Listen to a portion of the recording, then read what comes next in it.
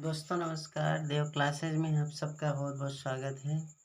आइए एक बार फिर से हम लोग कवर करते हैं पेट के लिए और आर ओ के लिए और यूपीपीसीएस के लिए आर्थिक विकास की प्रणालियाँ।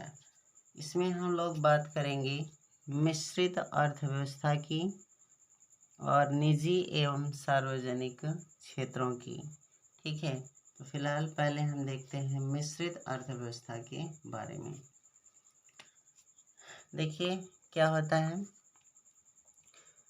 जैसे हम सबसे पहले ये देखें कि निर्धनता का दुष्चक्र क्या है और इससे उबरने के लिए कितनी प्रणालियों को अपनाया जाता है। तो दोस्तों एक बात हमेशा याद रखें कि जो अल्प विकसित देश होते हैं उनमें गरीबी का दुष्चक्र निर्धनता की जननी है।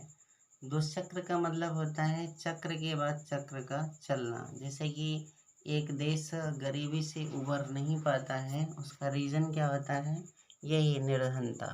ठीक है, अब अगर हम लोग ध्यान दें तो किसी भी देश को निर्धनता से निकलने के लिए क्या है, 3 प्रकार के रास्ते अपनाए जाते हैं और वो रास्ते कौन से हैं उन्हें देखना है और उसी में हम पढ़ेंगे मिश्रित आर्थिक प्रणाली। तो पहला प्रश्न क्या है, पहले समझ को विकसित किया जाए।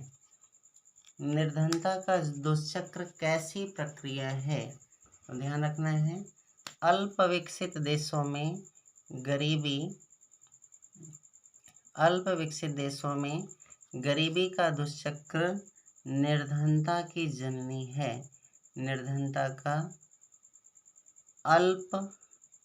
निर्धनता का दुष्चक्र एक ऐसी वृत्ताकार प्रक्रिया है जिसका प्रारंभ भी निर्धनता से होता है और अंत भी निर्धनता के रूप में ही होता है। ठीक है, ध्यातव्य है कि गरीबी का दुष्चक्र स्वतः नष्ट नहीं होता, अपितु इसमें संचयी रूप से बढ़ने की प्रवृत्ति विद्यमान होती है। मतलब यह अपने से समाप्त नहीं होगा, इसमें सदैव अपने आप बढ़ने की प्रवृत्ति विद्यमान होगी। ठीक है, अब आगे ध्यान रखना है क्योंकि इसमें अर्थव्यवस्था को अल्प आय स्तर पर खींचने की प्रवृत्ति बहुत ही बढ़ जाती है या दृढ़ होती है। इस चक्र को दूर करने के लिए एक निश्चित प्रक्रिया व वर्ण नीति की आवश्यकता होती है। ठीक है, अब आइए देखते हैं वो क्या है। किसी भी देश के समक्ष विकास पथ का अनुसरण करते समय कौन सी समस्याएं आती हैं, तो किसी भी देश का समक्ष विकास पथ का अनुसरण करते समय 3 प्रकार की समस्याएं आती हैं। किस वस्तु का उत्पादन किया जाए और किसका उत्पादन नहीं किया जाए, ये पहला प्रश्न उठता है कि किसका उत्पादन किया जाए और किसका उत्पादन ना किया जाए। विभिन्न उत्पादन क्रियाओं में साधनों का आवंटन कैसे किया जाए और उत्पादन की क्रिया करके या किसके द्वारा संपन्न हो। जैसे कि उत्पादन कौन करे, निजी क्षेत्र करे या सरकार द्वारा अथवा सार्वजनिक क्षेत्र करे या मिश्रित प्रणाली करे। ठीक, तो विकास के पथ के समाधान हेतु 3 रास्ते अपनाए गए। माने इस समस्या को दूर करने के लिए कितने रास्तों को अपनाया गया, 3।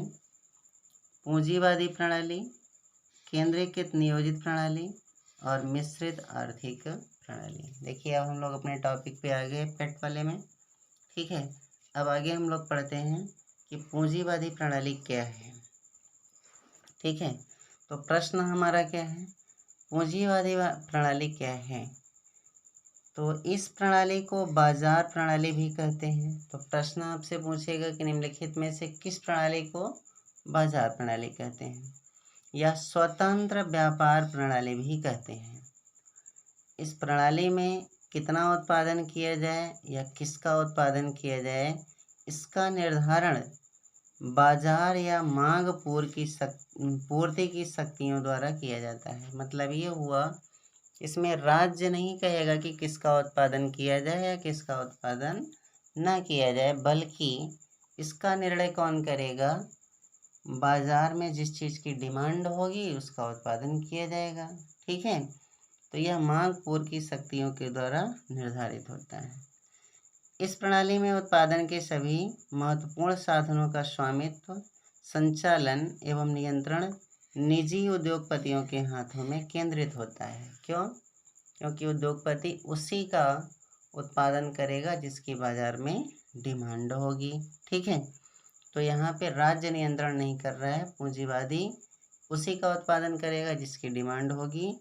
तो यह बाजार की या मांग पूर्ति की शक्तियों के द्वारा संचालित होगी। इसका मतलब ये होगा कि जिस चीज़ की डिमांड होगी उसी का उत्पादन होगा। तो आपसे प्रश्न पूछेगा कि निम्नलिखित में से कौन सी प्रणाली बाजार या मांग पूर्ति की शक्तियों के द्वारा नियंत्रित होती है। यह व्यवस्था इस मान्यता पर आधारित होती है, यदि सभी इकाइयाँ अपने लाभ को अधिकतम करने का प्रयास करें तो संपूर्ण अर्थव्यवस्था अधिकतम लाभ की स्थिति प्राप्त कर लेगी। अच्छा दोस्तों, पूंजीवादी प्रणाली से क्या है, हमें फ़ायदे भी बहुत हैं। उसका एक रीज़न ये होता है कि इससे मार्केट में नई नई टेक्नोलॉजी आएगी और नई नई चीज़ों का उत्पादन होगा और एक कंपनी दूसरे कंपनी से अच्छा प्रोडक्ट लाएगी जिससे उपभोक्ता को ज़्यादा से ज़्यादा क्या होता है, लाभ होता है। ठीक है, इस बाजार की प्रणाली में उपभोक्ता की सार्वभौमिकता होती है। मतलब ये होगा कि इसमें मेन कौन होगा, उपभोक्ता, क्योंकि उद्यमी उसी का उत्पादन करता है जिसकी उपभोक्ता मांग करता है।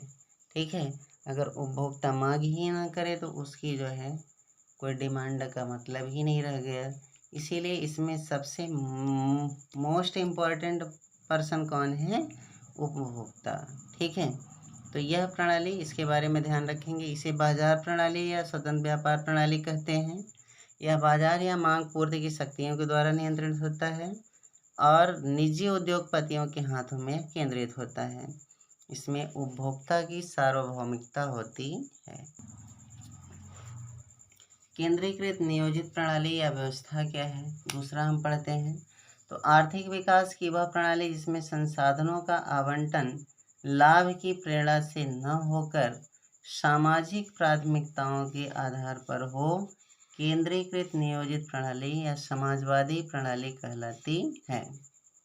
अब इसमें ध्यान रखना है कि इसमें जो है सामाजिक प्राथमिकता के आधार पर ही उत्पादन किया जाएगा और किस वस्तु का उत्पादन हो और कितना उत्पादन किया जाए यह राज्य या सरकार नियंत्रित करती है।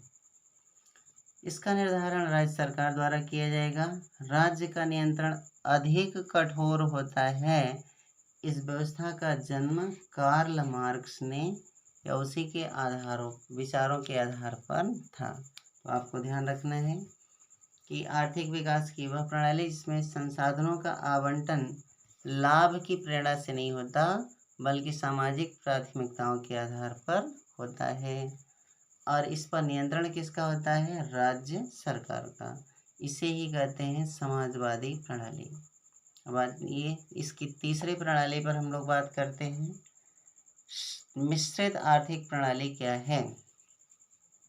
तो पूंजीवाद के दोषों ने समाजवाद को जन्म दिया। मतलब पूंजीवाद में भी कमियां थी और समाजवाद में भी कमियां थी और समाजवाद भी दोषमुक्त नहीं था। अतः इन दोनों से बचने के लिए मिश्रित अर्थव्यवस्था कुछ सीमा तक पूंजीवाद व समाजवाद दोनों प्रणालियों के मध्य की व्यवस्था है। मिश्रित अर्थव्यवस्था में निजी एवं सार्वजनिक क्षेत्र, बाजार और राज्य की भूमिका घनिष्ठ रूप से होती है। यह एक ऐसी आर्थिक प्रणाली है जिसमें पूंजीवाद व समाजवाद दोनों ही विचारधाराओं का समन्वय होता है। ठीक है, अब आगे देखते हैं। मिश्रित आर्थिक प्रणाली कितने रूप का होता है, तो याद रखना है मिश्रित आर्थिक प्रणाली के 3 रूप होते हैं इसमें। और एक बात और ध्यान रखना है, भारत में मिश्रित आर्थिक व्यवस्था को ही अपनाया गया है, ना तो पूंजीवाद को अपनाया गया है और ना ही समाजवाद को। ठीक, तो इसके 3 रूप होते हैं: मिश्रित बाजार प्रणाली, नियोजित मिश्रित अर्थव्यवस्था और उदारीकरण वाली व्यवस्था। मिश्रित बाजार प्रणाली में बाजार तंत्र की प्रधानता होती है। संसाधनों का विभाजन बाजार की शक्तियों अर्थात मांग पूर्ति की शक्तियों के द्वारा नियंत्रित होता है। मिश्रित व्यवस्था में नियोजित मिश्रित व्यवस्था में राज्य की भूमिका होती है तथा बाजार तंत्र सहायक के रूप में कार्य करता है। और उदारवादी व्यवस्था में बाजार प्रधान नियोजित मिश्रित व्यवस्था उदारवादी व्यवस्था को बाजार प्रधान नियोजित मिश्रित व्यवस्था भी कहा जाता है। इस व्यवस्था में नियोजन के साथ साथ बाजार तथा निजी क्षेत्र की भागीदारी के प्रति अधिक उत्तरदायी नीति अपनाई जाती है। फलतः यह व्यवस्था धीरे धीरे बाजार की ओर उन्मुख हो जाती है।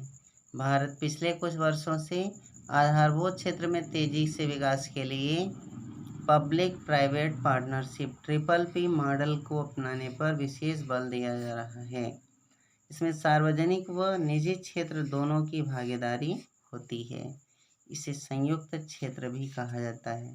इसीलिए हमने कहा कि भारत ने क्या किया है, मिश्रित अर्थव्यवस्था को अपनाया है।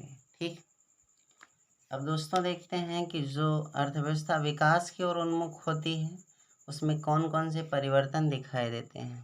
तो आर्थिक विकास की प्रक्रिया के दौरान जब कोई अर्थव्यवस्था विकसित अर्थव्यवस्था की ओर बढ़ने लगती है तो उसमें निम्नलिखित परिवर्तन होते हैं। बचत दर बढ़ेगी तथा खाद्यान्नों के उपभोग में कमी आती है, तब उससे खाद्यान्नों से बनी हुई चीज़ें ज़्यादा लोग उपयोग करते हैं, अर्थात गैर खाद्यान्नों के उपभोग में वृद्धि होती है और टिकाऊ उपभोग के वस्तुओं में वृद्धि होती है।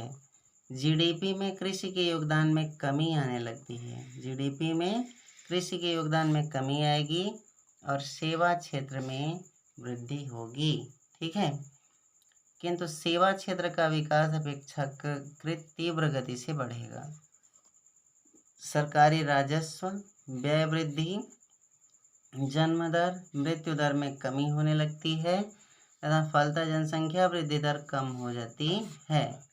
परिणाम यह होता है कि समृद्धि दर जनसंख्या की वृद्धि दर से अधिक हो जाती है। प्राथमिक वस्तुओं के निर्यात में कमी तथा विनिर्मित वस्तुओं के निर्यात में वृद्धि होती है।